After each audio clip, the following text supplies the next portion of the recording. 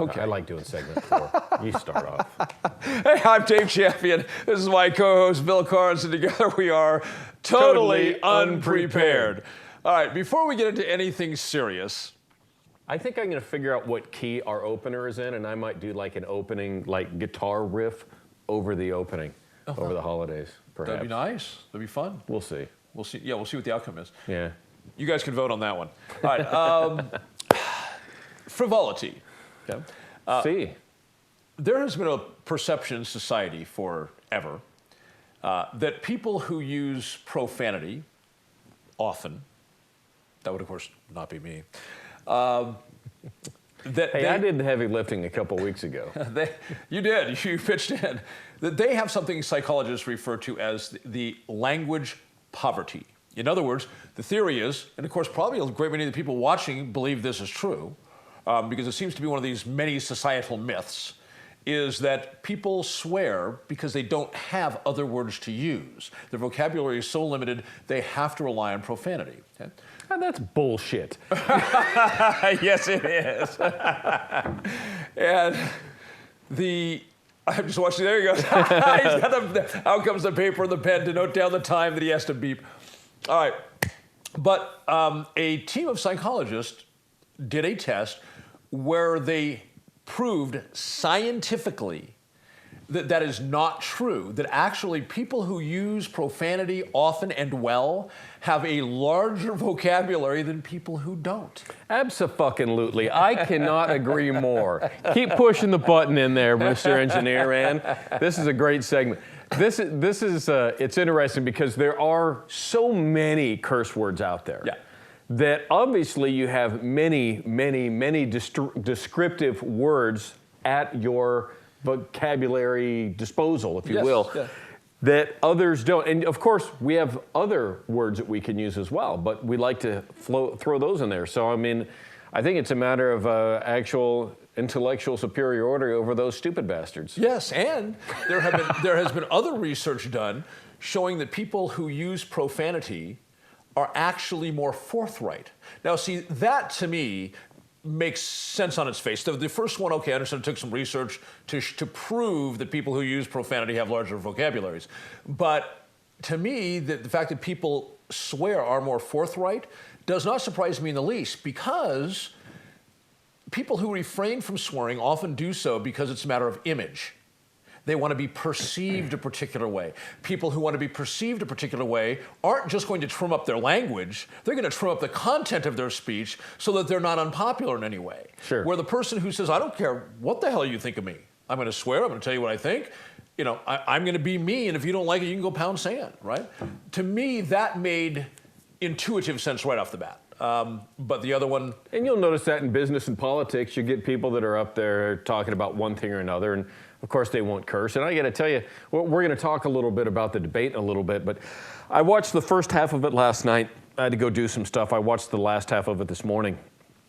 And I am, at a number of different spots, I saw an excellent opportunity for anyone who was in the debate getting attacked by someone else to just really lay it out there in front of everybody in the nation. Say, you know, it is asshole statements like that that cause people to understand what a horrible candidate you are. And, you know, things like that I think would really grab a lot of attention, and maybe there is some occasion for that, even in politics. Yes, and as a matter of fact, there was a commentator just a week or so ago, I was reading an article, where he was basically making that same point, that being brusque and perhaps using profanity and calling a spade rather than being all diplomatic about it as politicians like to do, right? What do they do in the Congress or the Senate? Well, somebody that they heard somebody say something that they find appalling, and they can't even tolerate the guy, and they say, well, my esteemed colleague from the state of Minnesota, right? Gentleman, yeah, you know, and they were saying some bluntness,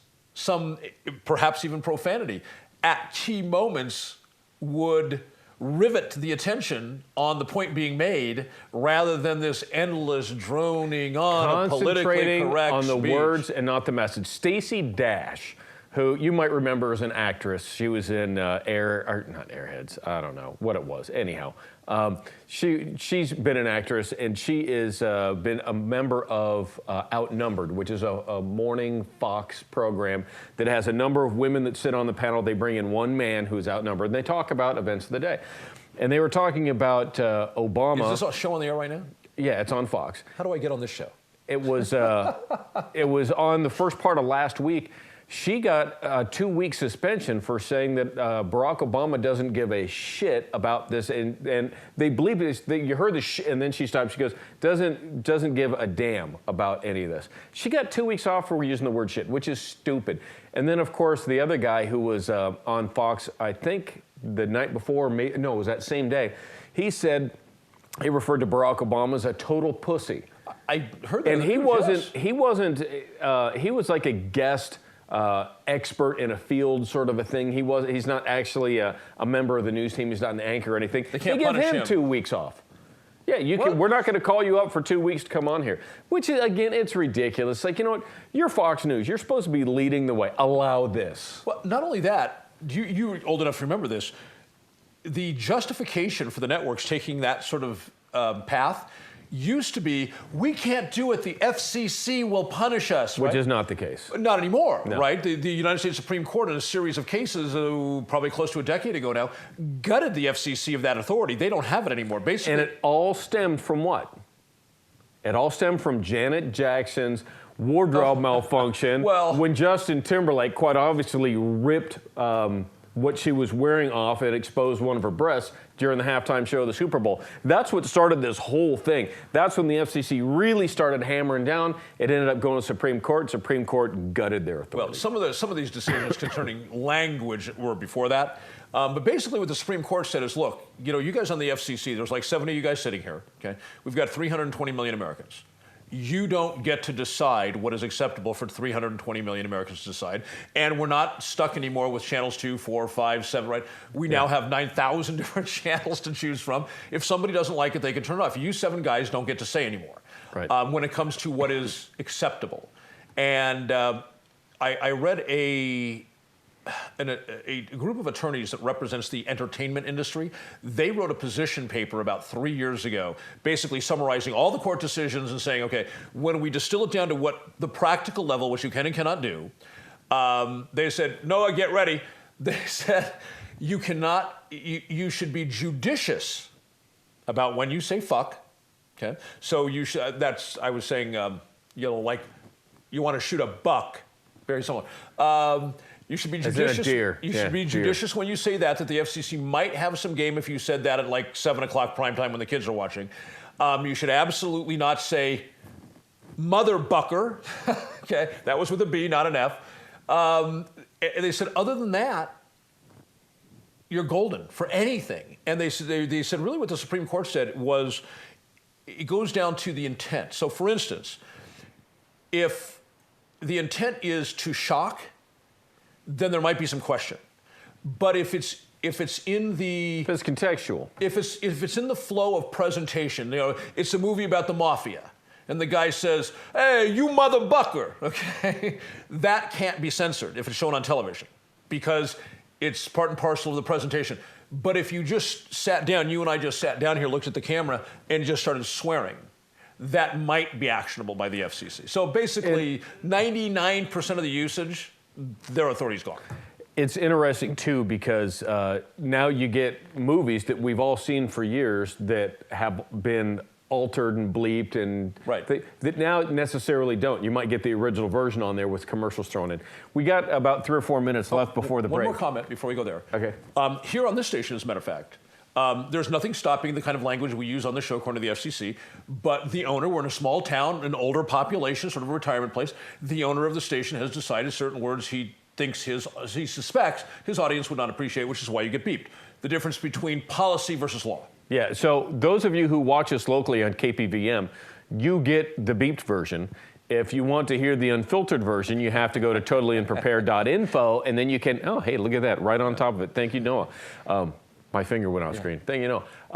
You can actually see it with the unfiltered words. Or you can email Vern Van Winkle and tell him, hey, stop that censorship stuff. I just canned myself right there. I'm going to get a 2-week suspension. Let's talk a little bit about the debate. We got a couple minutes left here. That was just Tuesday night was the last presidential debate for this year scheduled. And I have to tell you, my thoughts on it were you had, with one exception, everybody on both stages, both the big kid stage and the little kid stage, that were saying spend more money on war that should be increased, including boots on the ground, to various levels of death and destruction in the Middle East, and continue to try to change governments and hearts and minds there by force, and throw us deeper in debt and make us a big militarized nation that has a big stick and we're willing to beat anybody with it. Not make us, continue on. Well, and make the stick even bigger, right, and smack even harder. And there was only one candidate on the stage that said, no, we're too far in debt as it is. We've been meddling there for far too long. We've been our own worst enemy. First statement, true. Yeah. Second statement, true. Yeah, and that we need to back off of there and allow these people to repair themselves and allow anybody who's in the area that doesn't like Islamic fundamentalists spreading physically and taking over by force, they need to put their own boots on the ground to try to curtail it, not rely on us. Right. And Rand Paul was the only one speaking that message. And I got to tell you, I cannot stand the idea of the debt. I want to talk to you about the $1 trillion coin idea, what we emailed about a couple of days ago.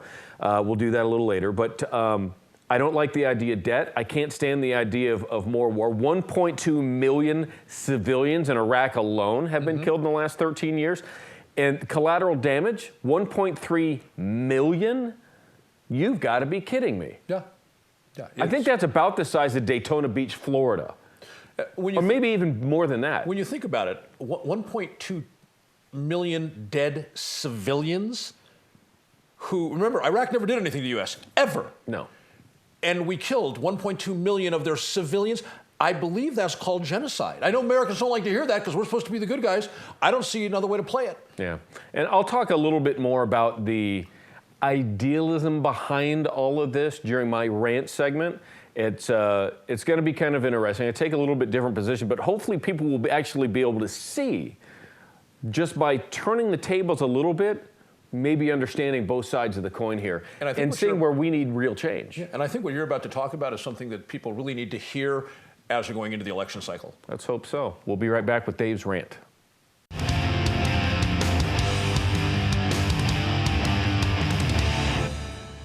We are back, and now it's time for...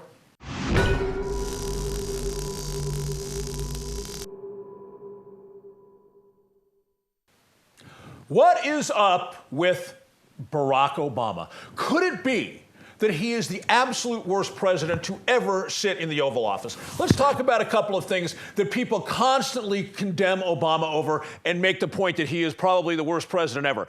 First of all, repeated acts of violating the Constitution. Who would, in their right mind, would want or think a president is good who violates the Constitution? Quite an apt criticism for any president.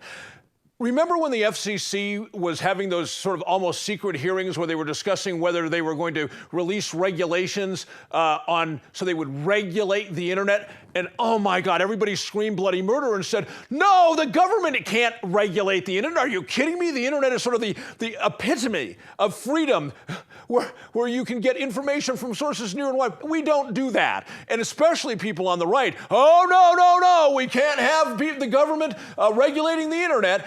And then, of course, it goes without saying, nationalized health care. There's nothing to condemn Obama about, greater than, I suppose, Obamacare. And let's talk about the fact that he wanted to get rid of assault weapons, right? Now, he hasn't done anything. Let's be clear. He hasn't done anything to do that. However, if he wasn't constrained by law, I think we all know he'd be out there sending the government to take all of the assault weapons away because he hates them, and he's made statements to that effect numerous times. And, of course, the U.S. is not at war with Islam. All right. So that's the criticism of Barack Obama. Now, by the way, I should tell you the quote, the U.S. is not at war with Islam. That is a George Bush quote.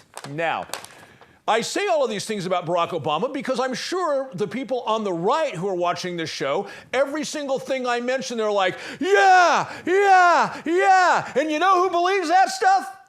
Donald Trump wants to do the same thing. Let me give you an example. I have notes. I have to admit, I violated the show's content. I am somewhat prepared today, okay?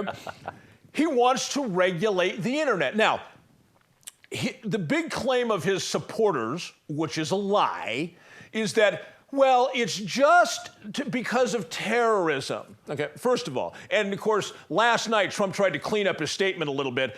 But however, if it was only a matter of shutting down foreign internet sites that are considered, I don't know what somebody else's point of view, they want people to commit terrorism. If it was just a matter of shutting those down, the NSA could have done that long ago, okay? Now, what do we know about those websites? Well, I'll tell you this.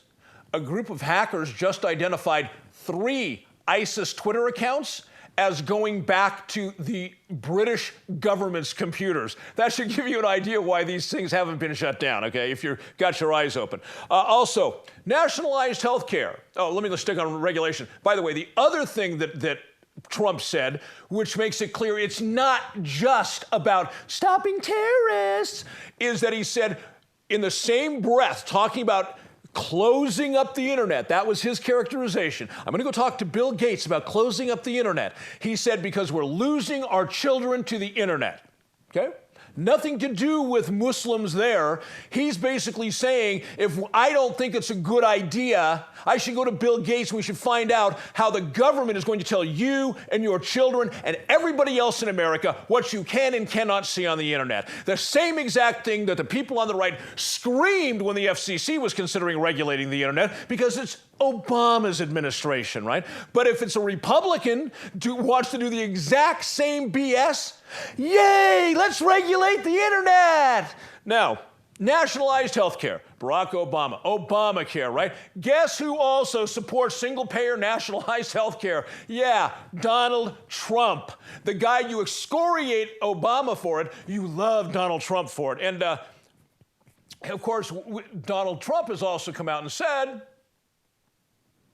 he believes assault weapons should be banned in America. Now, he has reversed himself now that he's running for president because he's running as a Republican. But don't be fooled, when he changes it for convenience sake as he's running for office, you know that his first thing that he wrote when he wasn't running for office is what he really feels. He doesn't support the freedom of Americans to have all sorts of weapons, most especially the kind the Second Amendment was devised to ensure the safety of. Now, wait, Dave, wasn't he a registered Democrat when he wrote that book? Yes, from 2000 to 2010, all but one of those years, for 9+ years, he was a registered Democrat. Now he's the savior. He is the Jesus Christ of the Republican Party.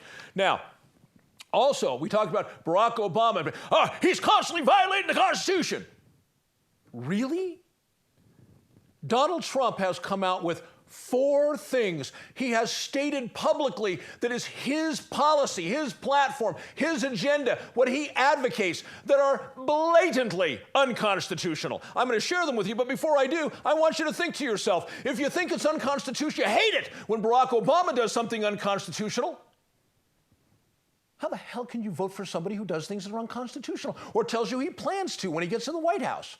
What kind of asinine thinking is that? And here's the things. Number 1, close up the internet. I want to share with you the fact that in today's technological world, banning anything on the internet is the 2015 version of what would have been called book banning 30 or 40 years ago. Because 30 or 40 years ago, if you needed to find out, you wanted to find out something, you had to go get a book and read the book.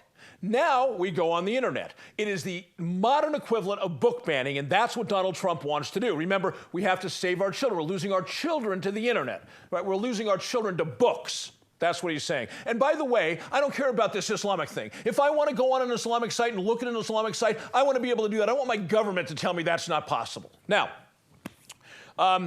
he also has suggested that American Muslims should have to carry some sort of different identification. Whoa, man, talk about mega unconstitutional. He also says that he would like to conduct surveillance of mosques without any articulatable suspicion. Wow, talk about a constitutional violation. And warrantless searches of mosques. Oh, he did throw in after that, that might be illegal. That might be illegal. You want to vote for a guy who says we should do this? And then, wait a second, that might be illegal. What an absolute knucklehead. Now, I want to share with you some of the excuses that Trump supporters give for supporting a guy who is about as dumb as a box of rocks and who has advocated 4 separate things that he wants to do when he gets in office, all of which are blatantly unconstitutional, which you hate when Barack Obama does it. Now, I love this one. Obama violates the Constitution too. No comment. This one. He doesn't intend to do those things. He's just saying it to get votes. Okay, let's break this one down for a second. What that means is the most important thing we have, politically speaking, that we have in our system of government is our vote.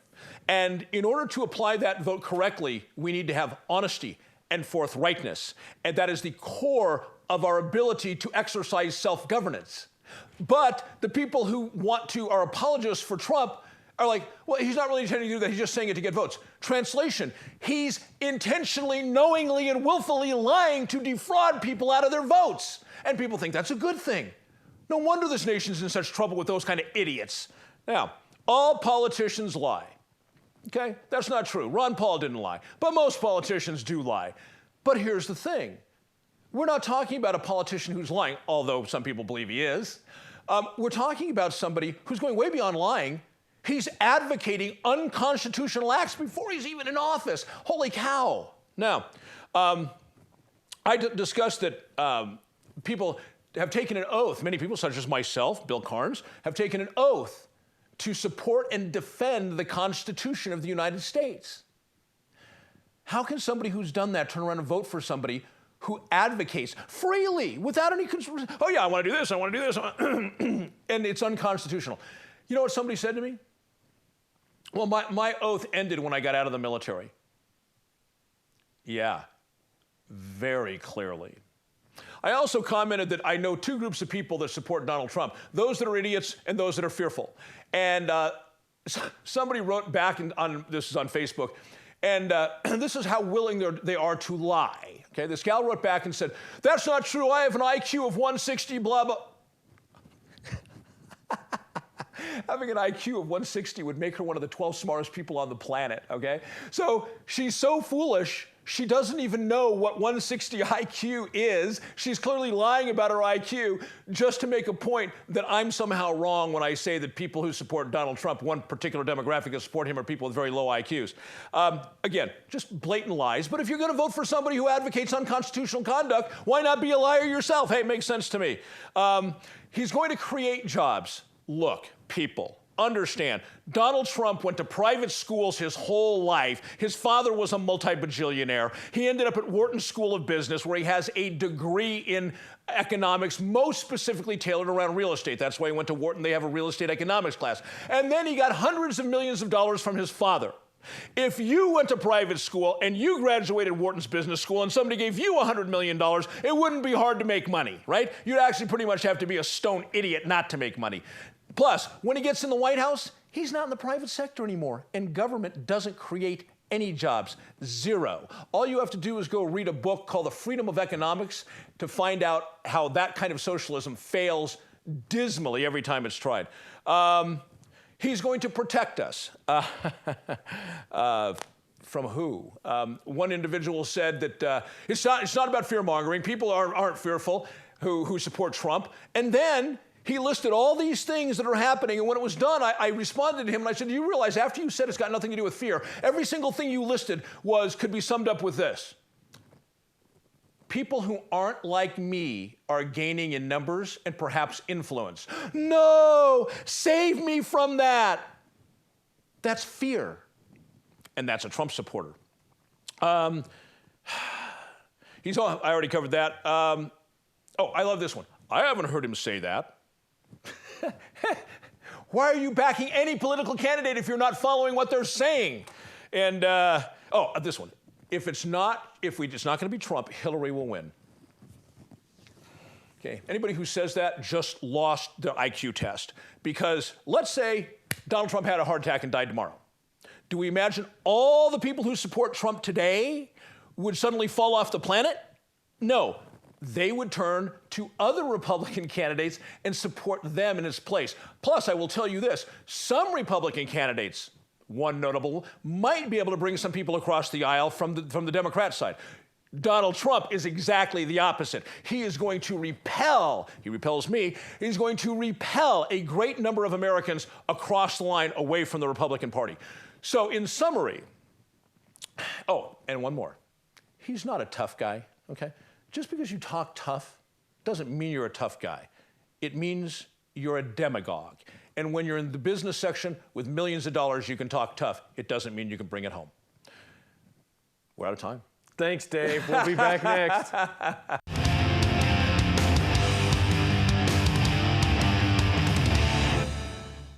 Let's fire it up and learn a thing or two.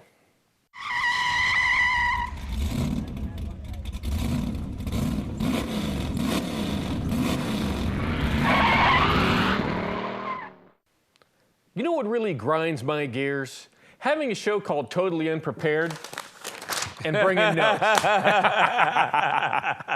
Those are Dave's. Right on. Now, what I want to talk about today is a lot of people don't seem to understand liberty. Talk about freedom all the time. Now, liberty and freedom are similar, but they are not synonymous.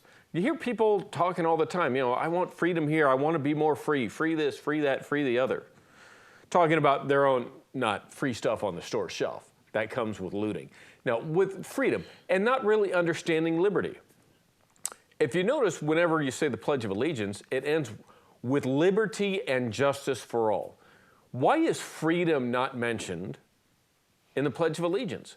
It's because freedom is very unbound. There's not a lot of boundaries to it. Liberty is really, it's much more structured. There's some ideals behind it. There's some principles. There's some reason. And there's some freaking respect behind liberty. Some respect which is commanded with liberty. With freedom, not so much. There's some 200, 210, something like that, separate countries and territories that basically 195 of them refer to themselves as being free, when in fact we know that's not the case. The United States was commonly referred to as the freest nation in the world, which it's really not necessarily the case. The thing that we've always held structure to is liberty. Remember the Liberty Bell? Not the Freedom Bell, the Liberty Bell. Now, if you have liberty, with it comes freedom, all the freedom that you need. But with freedom, you don't necessarily have liberty or structure. I'll give you a perfect example.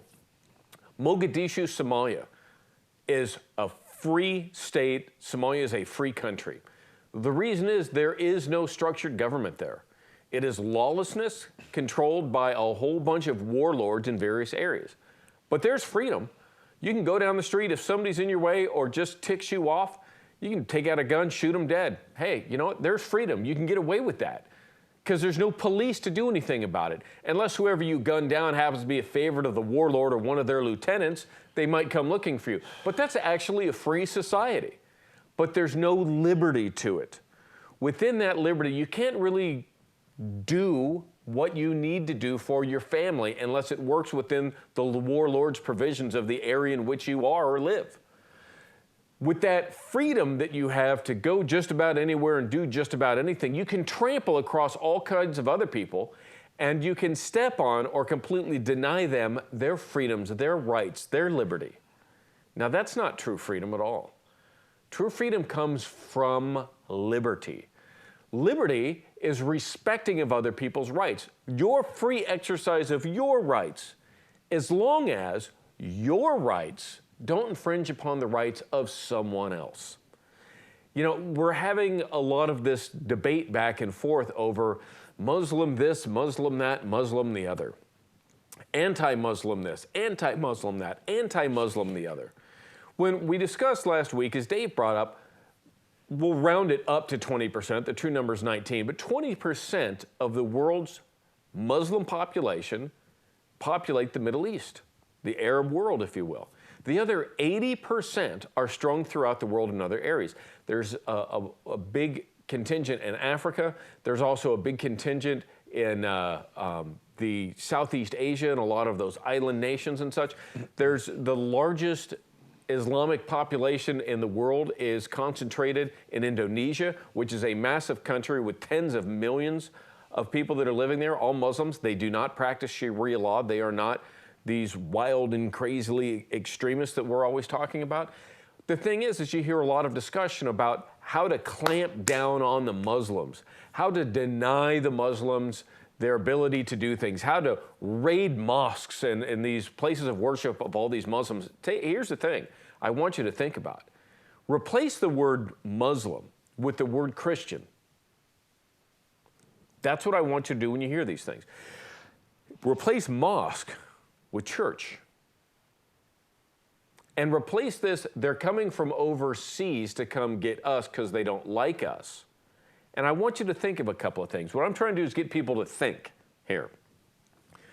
You've got the United States of America that has no business having gone into Iraq at all.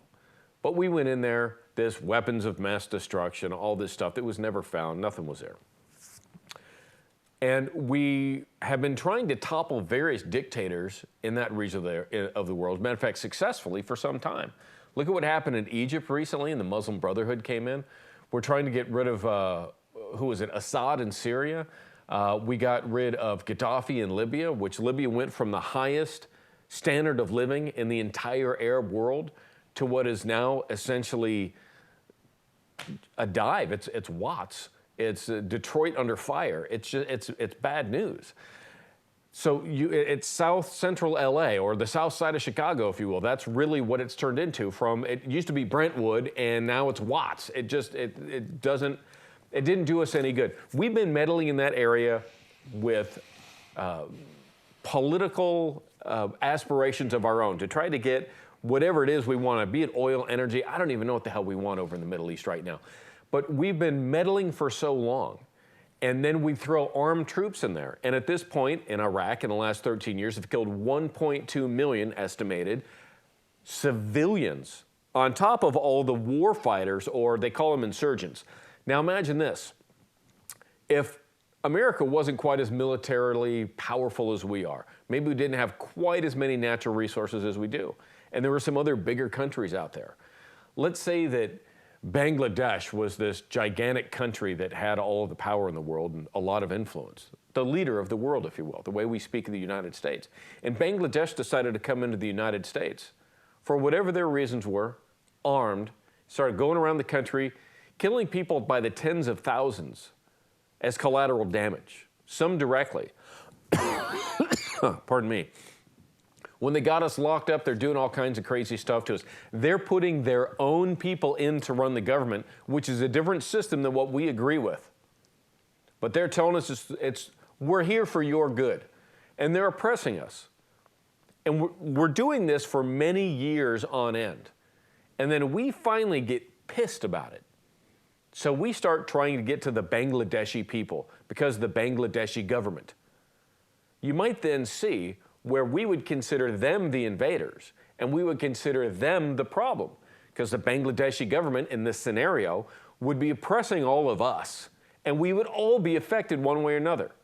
Even if we supported what they were trying to do, there's got to be some things that they're getting done over here that we're just not digging, and a lot of too many people are dying over this. So we would not have liberty, we would not have freedom. They might be talking about it, but we wouldn't have it, and we would be pissed about their involvement. Now they want to ban Americans from going over there because Americans are pissed. Maybe they've had a few interactions with Canada as well, our neighbors up to the north, eh? And now they don't want to let Canadians in there because these Canadian insurgents have been coming down to the United States and helping us fight the Bangladeshi. Look, we have no business being in Iraq. If you could imagine having your home country invaded and controlled, the government changed, and you being told what you've been doing for all of these decades, centuries, has been wrong, we're going to do something better for you guys. We're going to kill a couple million people in the process, but it's got to be better for you guys. How would you feel about it? Don't lie to yourself. Every single one of you watching this would not be happy. Not a one.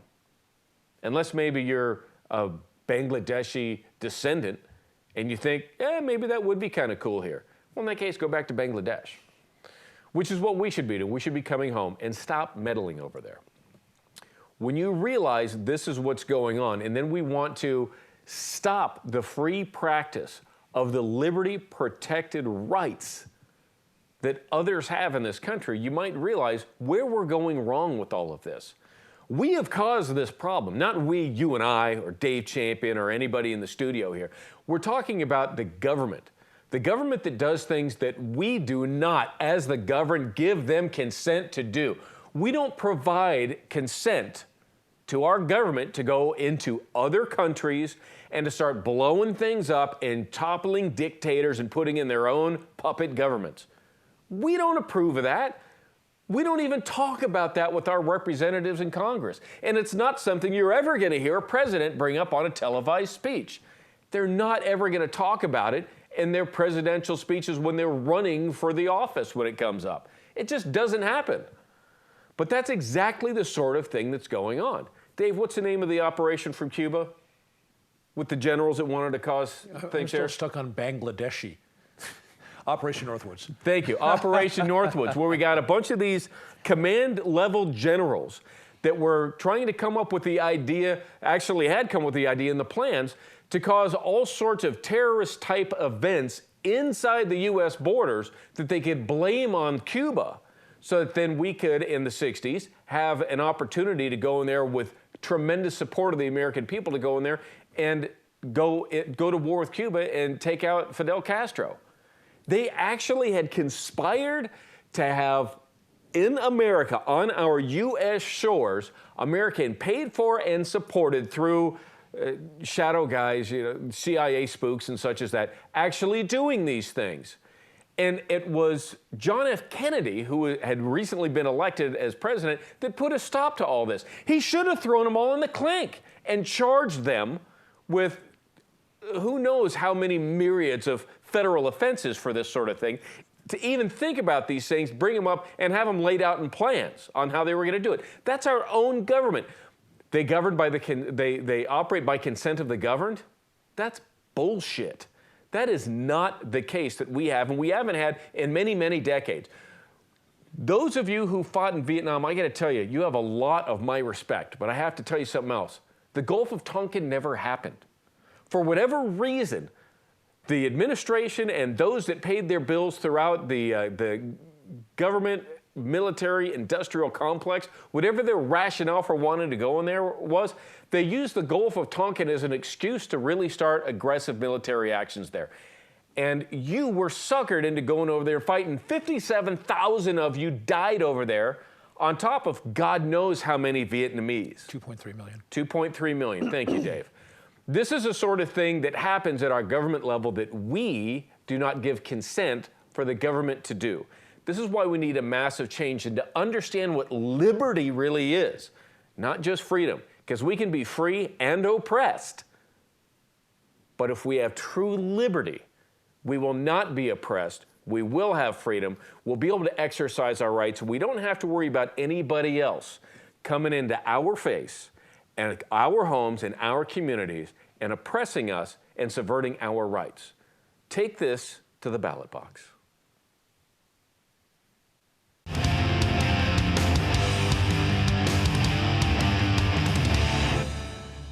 Segment, and then I get the fourth. Is that how that works? That's how it works. Okay. Welcome back to segment 4. This is where we talk about things that you guys email in, which we're actually going to get to a little bit today. Send us your emails, please, for all you viewers, to daveandbillshow@gmail.com, right there at the bottom of the screen. We love to hear from you guys. We had a couple folks last week. We had a challenge out there. What form of government do we have? And where is it listed in the Constitution? Had 2 people actually come in. Both of them were right. Article 4, Section 4. We are all guaranteed a Republican form of government. We are a republic. And to the republic to which it stands, not the democracy. We do not live in a democracy. It's a republic. Also, you can go online and see all of our old shows, everything that we've done up to this point. And I have to now apologize. I was 3 shows behind when you put the last show up. So they're all up there now. All of the videos, all of the audio, and you can do that here at totallyunprepared.info. As a stocking stuffer, you can write totallyprepared.info on the back of any sheet of paper, Post-it note, or business card and stick it in someone's stocking so that they can, oh, Totally Prepared, what is that? They can go in there and learn about Bill and Dave and Totally Unprepared. So with that being said, good idea. There's been something that, a paper that was written by a guy who was an economic journalist, I guess. It talked about the idea of the United States Treasury minting a $1 trillion coin, actually about 20 or so of them, that they could then, out of platinum, they could then send over to the Federal Reserve and say, here, under our authority, our constitutional authority, and with our laws, we can mint this $1 trillion coin. We're going to send them over to you to pay off the debt. Here you go. Right. So, Dave, you're very, very wise to these things. Yeah. So spit it, please. There's so many different levels of this. First of all, the guy who was writing the article was opposed to the idea. He was commenting on the guy's idea, and the guy who originally had the idea had already criticized the authors not liking it. So they were catfighting, exactly. static. And of course, the law in question was originally designed for numismatic purposes. However, it doesn't say that. And the big struggle, sort of legally, was, would the courts say that that was legal? And my answer is yes. The plain language of the statute does not state a reason for the Treasury to be able to issue those coins. If it doesn't state a reason, Court stops there. that's right. So they could do it. Now, that's the legal side of things. So really, what we're getting down to is the idea of the U.S. Mint, which is not part of the Federal Reserve System. Right. Minting an agency of a the Federal solid platinum coin of whatever size they want, and then they notated on it that it's the value of it is $1 trillion, or for that matter, it could be $100 trillion. It could be a quintillion dollars, doesn't matter. But they would have the authority to do that, and then that would have the full force and effect of currency. Now, that wouldn't be in circulation, but they could make, at this point, 19 of those and pay off our current debt. They could put the coin right here. They could flip it to Yellen and say, you're paid up. Yeah. Okay. Now, in theory, yes. But two things are true. First of all, if anybody really tried to make that happen, they would end up getting JFK'd. Because the bankers run things. They're not going to allow that to happen. Yeah, and you're not going to get the Secretary of the Treasury in on that without it getting to the Federal Reserve, because the Federal Reserve has one position on their board of directors reserved for the Secretary, the Secretary of the Treasury, the Treasury of the United States. And in addition to that, most of the guys in the Senate and the House who are senior, who've been there a while, have clout, who control, you know how that works. They're in the pocket. Yep. They know that the bankers are in control.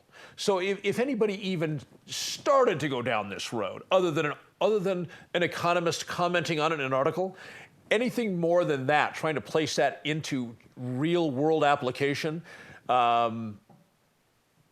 anything from you won't be getting in office next time because we'll dump $100 million on your competitor's campaign to you're going to end up laying right next to JFK.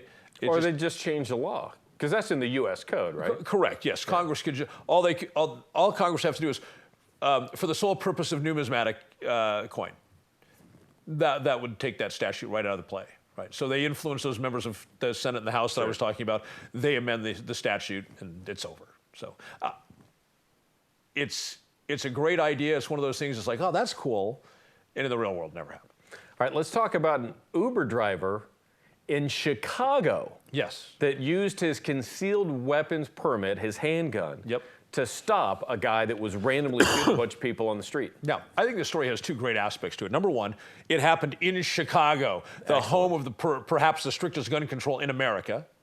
And number two, one of the things that anti-gunners say, which makes me nuts, is that people with concealed firearms cannot stop active shooters, cannot stop violent suspects, and if they try, they're going to end up shooting a bunch of innocent people. It happens a couple million times a year by most estimates. Exactly. I just had a guy comment. I posted a video of a guy doing exactly that in a liquor store, right? The bad guy turned around to herd some other people away. The guy got his gun out, capped him, right? Yeah. And people say, Where's all the other? You put up one example. Where's all the others? You the people who don't believe you can do it. I'm like, talk about cognitive dissonance. Go to YouTube. There's only thousands upon thousands upon thousands upon thousands. Yeah, go do the research yourself, for God's sake. Don't make your laziness my problem. Right. So the great part of this story is that it happened in Chicago, and it yet again yet again for the, I don't know, 50,000th time probably this year, shows somebody doing it successfully. And Uber driver sitting in his car. Group of people are walking along. Okay. I presume the Uber driver was in an area where there's a bunch of people, right? That's where people who are taxi Uber type people want to be, right? To get fares. And some guy pulls out a gun and starts shooting the crowd. He gets out of his car. Boom, boom, boom, boom. Caps the guy. No innocent people hit, because that's the claim of anti-gunners, that the law-abiding guy is going to shoot all the innocent bystanders, right? No innocent bystanders shot. Took the gunman out of play. Police came, put him in an ambulance. Said, well, he's alive and he's going to stand trial. And the Chicago police said the guy had a lawful CCW and he acted to defend the lives of the innocent. No charges in Chicago. It's got to piss Rahm Emanuel off. And I got to tell you, the beauty of this is he is not just an armed citizen. He's a responsible armed American adult. Yeah, he could have driven away. He could have driven away. And the reason I say responsible is not only did he have the gun, Dave, the guy knew how to deploy it, understood how to get his hits on target in a stressful environment. The guy obviously had some kind of training. You don't just buy a gun and that crap happens. Right. It does not happen like that. You've got to know how to use it. It's like buying a guitar and somebody says, now you're gonna do a riff, right? I don't know what to do. I just bought the guitar. I just carry the guitar in a case around with me. Ping! Yeah, exactly. That's the same effect if you buy a gun, you never knew how to use it. So good on him. We had a listener, Dave, sent us in an email that complimented us on our show of last week, which, thank you. Good job, buddy. Yeah. So he also asked where we tend to go to get our news and information on a daily or weekly basis. He thought that some of the other viewers might want to know. Wow, that's an all over the map kind of question as far as the answer is concerned. I search each day various websites, and the way I refer to these is I call these portals. I tend to go to the places where you can start drilling down through the stories. The examples of those would be things like CNN and Drudge, okay? Drudge being an aggregator. CNN, of course, is almost an aggregator in that you can find many of the same stories you find on Drudge, but they've got a CNN byline, okay? Sure. But of course, Drudge has a lot of stories you would never, ever see. But anyway, one of these portals, and one of the interesting things that happens is, and I'm sure you've experienced this, when I go to read an article, there's other articles listed on the side. So oftentimes I end up going down the rabbit hole because I'm reading the article, okay, I got the gist of this, oh, that looks interesting. And of course, most of the stuff I'm looking at is either personal interest to me or some sort of liberty-based thing. And the other great place, and I think people don't understand how powerful a tool this is Facebook. Not Facebook per se, it is what people are interested in post. I cannot tell you how many excellent articles I have found posted on Facebook from local publications or things that are not mainstream, they're not dominant media, but people have posted them and they're fabulous articles about very meaningful subjects. But if you went to these large aggregators or these portals, as I call them, you would never find these stories. But somebody will have it, let's say somebody's favorite news site is, XYZ news site. It's not something I would look at. By the way. Yes, not something I would look at or you would look at, but it's their favorite. And day after day after day, they may enjoy it. But then there's this one story. There's one gem. There's a diamond in the rough. And they throw it up on Facebook. And I pull up the article and I read it. One of the other things I want to say about articles is not so much just where you find them. Read them till the very last. If an article is like 22 paragraphs, read it to the last like 3 paragraphs. And the reason is I have found that one of the things the dominant media does, they give you what they want you to know up front. Okay. What they want you to know. The part they want you to hear. Normally in the last 3 or 4 paragraphs, you find out all the rest of the detail that changes your opinion about the whole story. Sure. Because they'll include the facts, but they're going to be at the very bottom knowing that probably 98% of the readers will never get that far. So that's an important thing to do. Always read the stories all the way through. What about you? I'm very similar. I mean, I'll read things on various social media and I'll get an idea of it and I'll click on a link, I'll read it. And oftentimes you're seeing basically an editorial, an opinion piece masked as journalism. Yes. And if it's interesting enough, I will search it and I will read 2 or 3 other articles on it to really kind of get a better idea. Now, oftentimes the articles are the same. Somebody put it out there, it got put out into the area. Like when the U.S. Supreme Court gave their decision in the McDonald v. Chicago case, I actually wrote an opinion piece on it.